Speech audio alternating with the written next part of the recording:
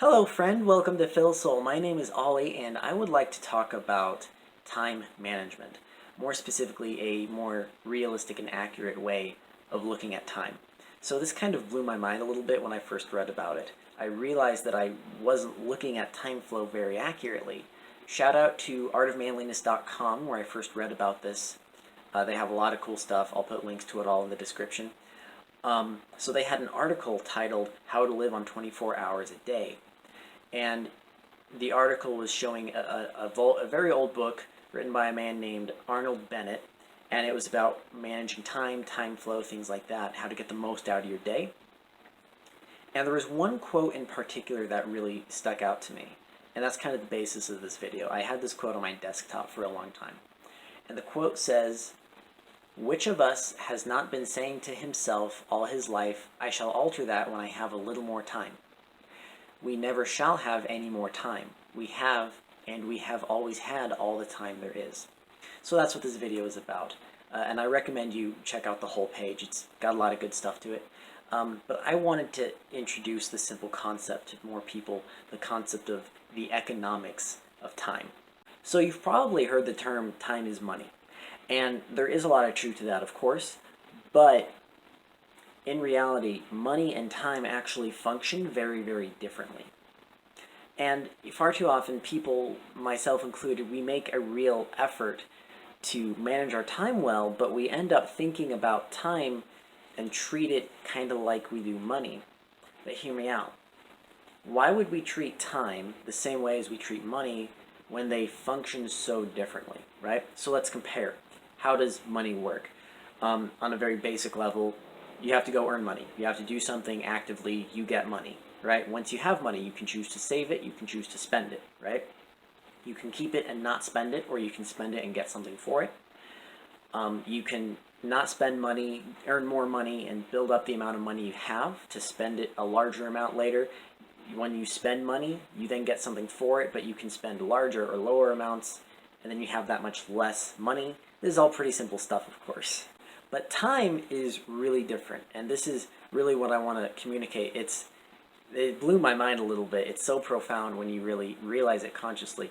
So time is earned and received at a constant rate, no matter what you do. The same rate as everyone else. You cannot stop it, you cannot get more of it, okay? Well, we also spend time at a constant rate too. It always leaves us. 5 minutes ago, that's gone. That's gone. It's gone forever. But we have new minutes coming, right? We cannot save time for later. It's always spent no matter what we do. We have absolutely zero control of the rate at which we receive and spend time, okay? It's completely automatic, whether you're sleeping, whether you're working, okay? Time is spent and earned at the same rate. After an hour, your hour is gone.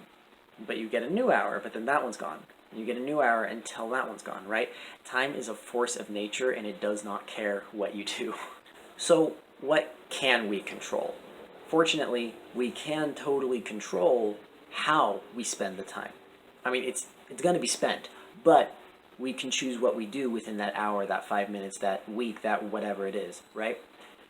And you and I, even though we both get the same hour, we get it at the same time, we lose it at the same time, it's gonna be spent, we can still spend it in totally different ways, right? I could be working on Philosoul, you could be watching Philosoul, right?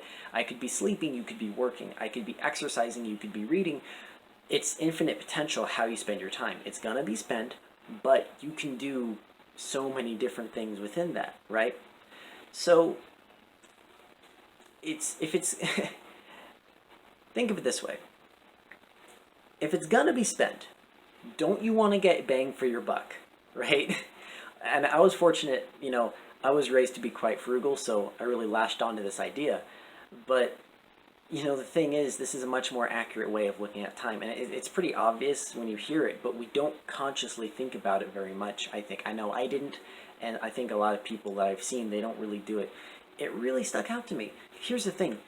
If the chicken nuggets cost the same as the filet mignon, I'm going to go for the filet mignon, right? And that's how spending time works. What you do with your time is important. because things of totally different value can cost the same thing, the same amount of time. That's really profound. And of course, we cannot save time like we can money, right? You can't, deposit it and build interest, right? It's gonna be spent, unavoidable. So it's important to realize there are three main types of time in a broad sense. And a lot of the stuff I'm saying sounds really obvious, but it really helped me to break it down to these simple levels, and then you can really get an understanding of it. So there's three types of time: past, present, future, right? So the present is the most important because it's all we truly have, right? You cannot spend future time. By the time you're able to spend future time, it's the present. It's not future anymore, right? Because you already spent your present, which is now the past, right? The past is time that's already been spent. You can't have it back. I mean, you can look at it, right? There's history, there's recordings, there's memories, but you can't actually spend it.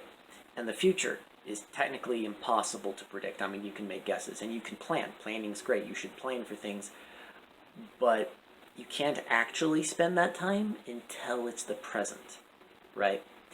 So I find that it's very important to be conscious of this.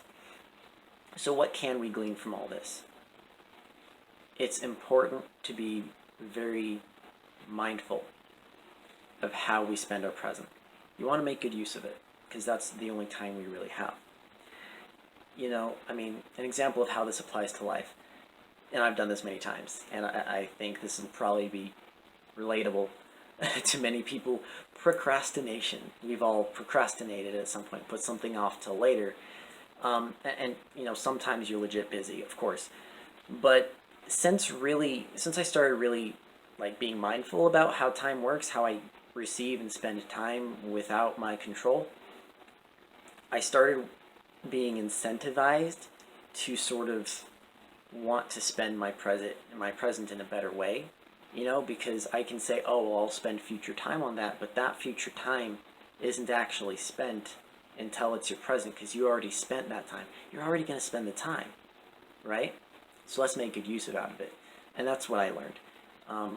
Before I could procrastinate for days or weeks. I used to be really bad, and I'm still not perfect. I'm really not, but I have gotten better. And at the very least, I am more conscious of how much time is passing, right? When I am procrastinating, I'm able to think about it and realize, and it's really helped me a lot in my life. So of course, I'm not here to tell you how to spend your time. I just want to share the insight that I know has helped me. With this, I'm able to look at time flow in a healthier, more accurate way, and I'm able to be more productive, keep track of time easier. It's so easy to lose track of time. I don't procrastinate as much, and so of course I want to share that with you, but I want you to look at this and make your decisions for how to spend time for your goals. I can't tell you how to do that, right?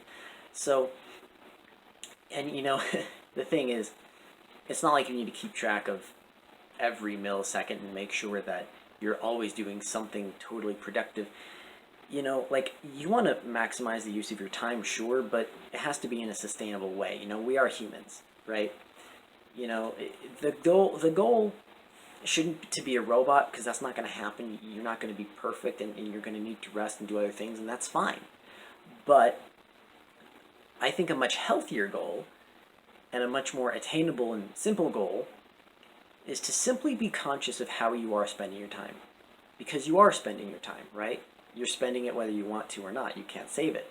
So, if you're just more conscious of it, then you're able to look at how you're spending your time, and you have the opportunity to be okay with it, right? You have the opportunity to think, okay, let's spend my time this way.